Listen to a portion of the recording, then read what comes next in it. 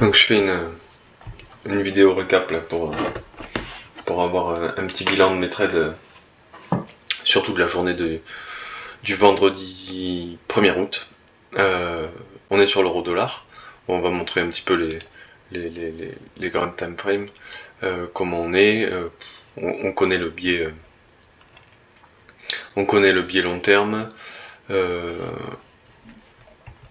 vais montrer. Allez, où ma barre? Ok, juste ici.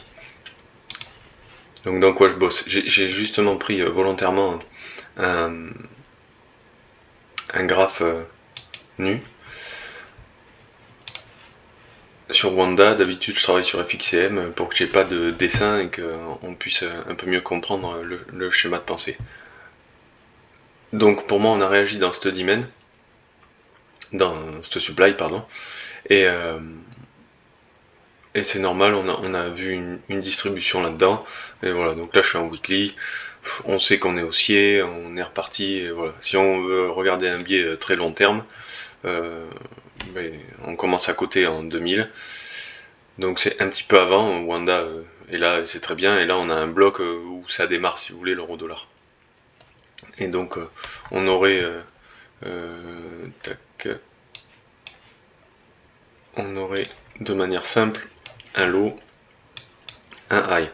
Et donc là on vient d'effectuer tout le retracement, donc c'est un scénario qui fait qu'on remet en place l'order flow haussier. C'est ce que on voit sur du très long terme. Donc là on est sur du 10 ans quoi. Et tout ça, c'est l'accumulation qui vient refermer cette dimen. Donc une accumulation monthly, ça nous amène avec l'euro dollar à 2 dollars. D'ici 10-15 ans, c'est un peu ce que ça voudrait dire. Et donc, et ici on aurait notre trading range à aller chercher.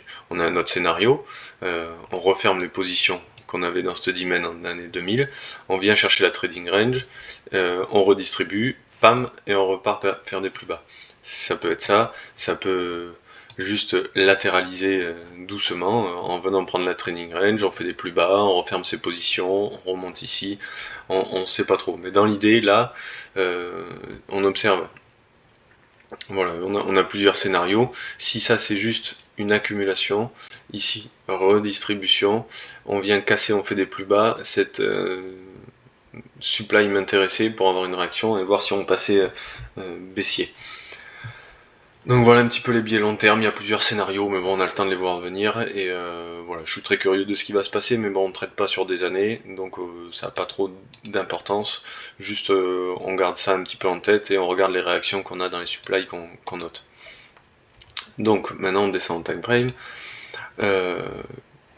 sur du daily, c'est ce qui nous intéresse un petit peu plus, même si pareil on ne traite pas sur du daily, mais là je voyais une trend, tac, alors elle est un petit peu tirée par les cheveux, mais bon on a une jolie trend haussière, ici on réagit dans notre supply, donc ça pourrait ressembler à une grosse distribution, bon avec un preliminary support, buying climax, automatic rally, on a nos secondes retest ici, premier mouvement de liquidation, deuxième mouvement de liquidation, et voilà on fait un break de structure ici pour pouvoir plonger et aller au bas mot chercher la trading range. Donc moi je me vois baissier. Après je me vois baissier, mais si on regarde un petit peu comment tout ça est fait, là j'ai une jolie dimen en 2 jours. Et moi, ce qui m'intéresse, c'est la réaction qu'il pourrait y avoir là-dedans. Donc voilà où on en est dans l'euro dollar. Parce qu'il va y avoir une réaction, forcément. Et voilà. Et si on a des positions fermées, on sait qu'à chaque fois qu'on rentre sur une dimen, on va avoir une réaction qui va soit laisser place à une redistribution, soit repartir. Après, avec un mouvement impulsif comme ça, je m'attends plus à ce qu'on vienne redistribuer pour repartir plus bas. C'est ma première hypothèse. Ici, là, on a une mèche intéressante sur laquelle on aura une réaction aussi, enfin voilà. Mais si on regarde sur ce mouvement daily, on aurait un low, un high ici. Bon, tant que j'ai pas cassé la trading range aussi, c'est un peu difficile à voir. Il y a une belle mitigated, mais en 2 jours, 3 jours. Ouais. Le break of structure pourrait se faire là. Enfin, ma logique serait que ce soit là. Après, est-ce que c'est juste de l'inducement? On vient prendre la traîne de liquidité, on réagit dans la dimen.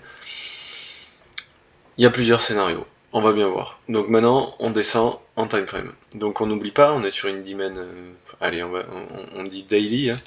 Daily, parce que si on raffine un petit peu, je fais ça comme ça, tac.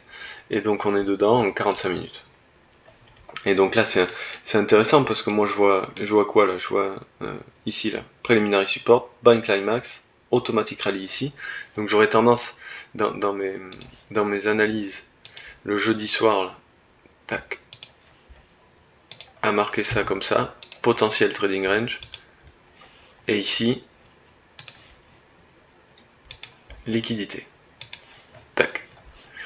Parce que c'est le Bind Climax qui, théoriquement, devrait venir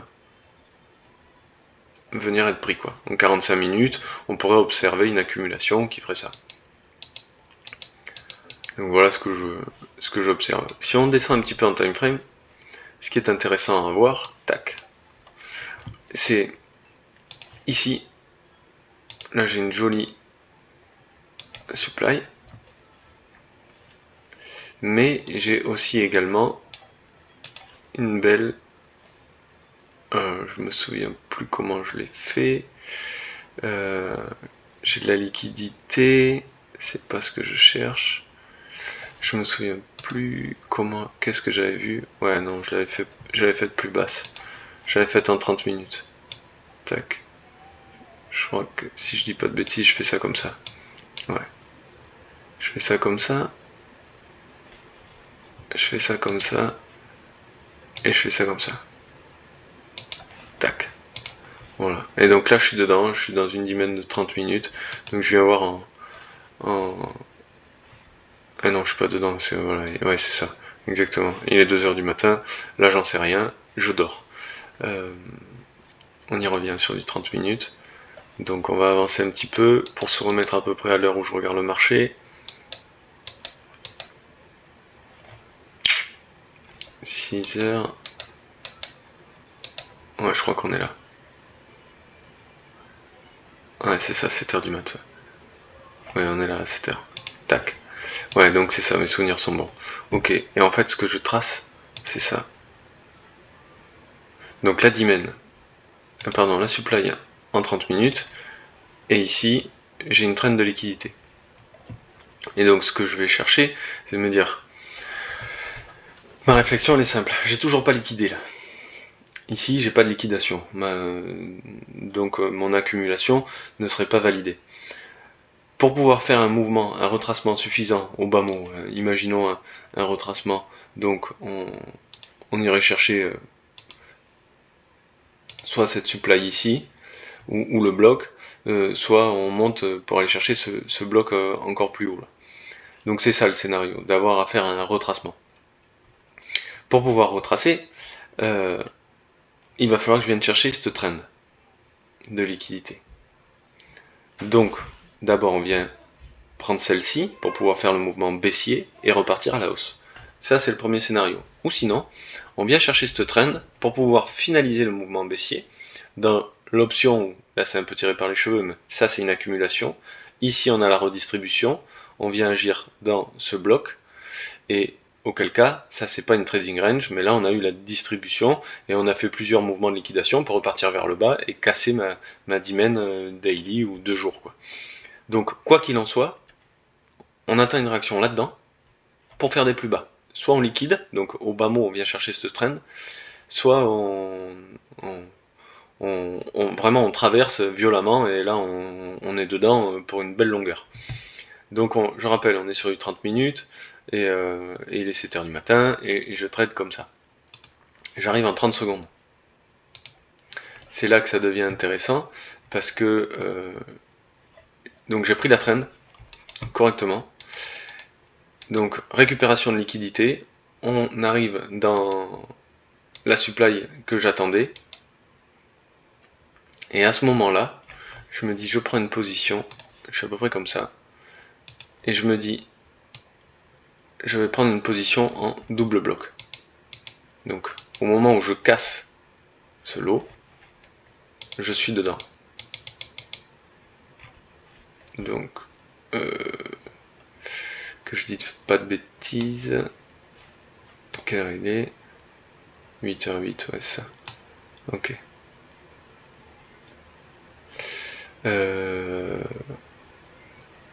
Je me souviens plus comment je l'ai fait.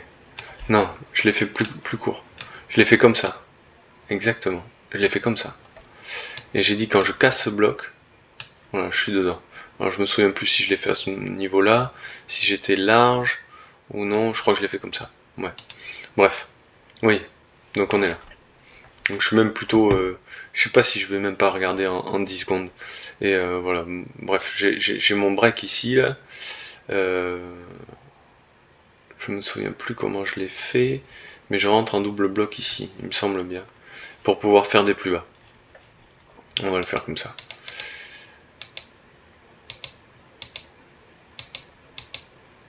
Ah non, je rentre après, je crois.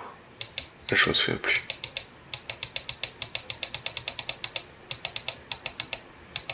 Non, j'y suis pas.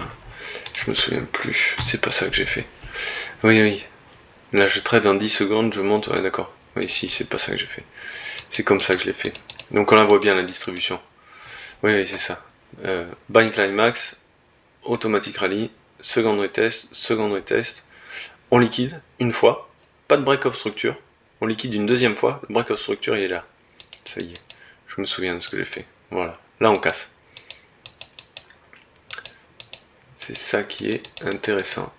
Voilà, et c'est à ce moment-là que je rentre en double bloc, il me semble. Non. Comment je l'ai fait? C'était plus franc. C'était plus franc, c'était plus franc. Je me souviens plus. Ah, mais j'étais peut-être en 1 minute. Voyons voir ce que ça donne. Ouais, c'était plus ça. Ouais. Donc mon break, il est là. Exactement. Tac. Allez, on continue. Voilà. Ouais, c'est ça. Ici. C'est là que je rentre. C'est tout à fait ça. Tac. Tac. Et je suis rentré comme ça. Voilà. Et donc on démarre même comme ça.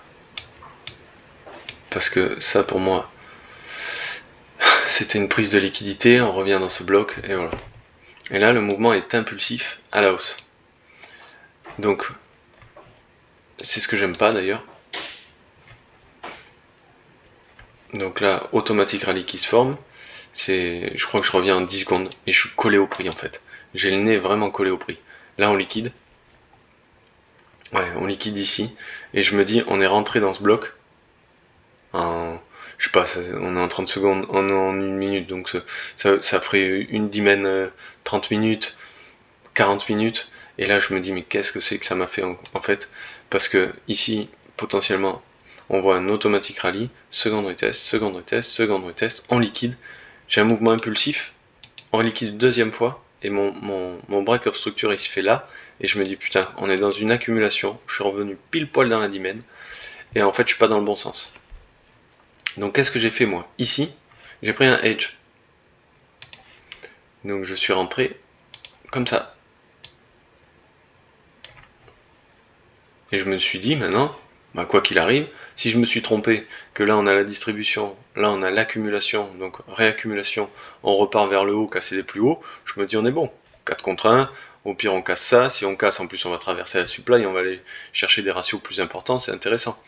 Là je prendrai un SL, mais ici je bande dans ce sens-là, en soi. C'est pas trop con comme réflexion. Le problème, c'est que ici, j'ai coupé cette position-là manuellement. Pam, elle disparaît. Donc elle, je l'ai coupée manuellement pour limiter la perte, pensant que ça y est, on allait faire des plus hauts. Manque de peau. C'est pas ce qui s'est passé. On a réagi. J'ai pas suivi mon scénario et mon plan. On a réagi là-dedans. Et on est reparti. Donc en gros, j'ai coupé la bonne position. Et j'ai pris un SL sur le edge. Donc j'ai vraiment pas respecté le plan. Alors que là, je prenais un SL sur le edge.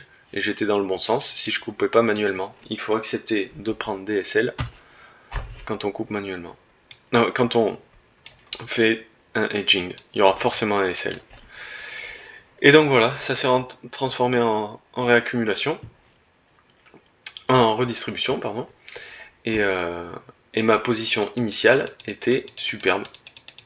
Donc là, forcément, je peux passer BE. Et donc je m'y serais certainement mis là, à peu près. Peut-être même là pour laisser de la place au prix. Et j'en aurais déjà pris une bonne partie. Et puis maintenant, on va voir ce que fait le prix, quoi. Alors, dans un souci de lisibilité, on va tirer un peu ça. On va se mettre en 5 minutes. Et voilà. Magnifique. Ça tombe. Et puis alors, c'est plutôt impulsif. Et on va chercher ça. Hop. Tac. Donc là, c'est intéressant. Inducement. On vient de faire le mouvement. Et voilà. Et on y va. On est parti droit. Donc c'était un joli trade en 5 contre 1 dans lequel je suis pas. Parce que j'étais zoomé sur le prix. Je regardais en 30 secondes chaque petit mouvement, chaque petite chose. Et alors que je rappelle, hein, mon edge, je le prends là-dedans. Hein. Tac. Ici, là, dans cette supply. Mais c'est normal que à ce moment-là, on ait une réaction. Elle est tout à fait légitime. Donc ma position, elle était bonne. On vient fermer des positions, comme il y a des positions qui se clôturent, forcément on a une réaction du prix. Et on revient dans le bloc au-dessus. Il faut que je dézoome. Il faut vraiment que j'arrête de rester collé à ce prix quand je prends un trade. Je prends un trade, je suis mon plan, je ferme mon ordi. Point. Je fais autre chose. Je regarde une vidéo, je continue d'apprendre, je continue à bosser sur mes trucs, mais je fais autre chose. Et après, il n'y a que mes alertes qui doivent tourner. Et ce sera super. Et voilà. C'était ce petit récap de trade.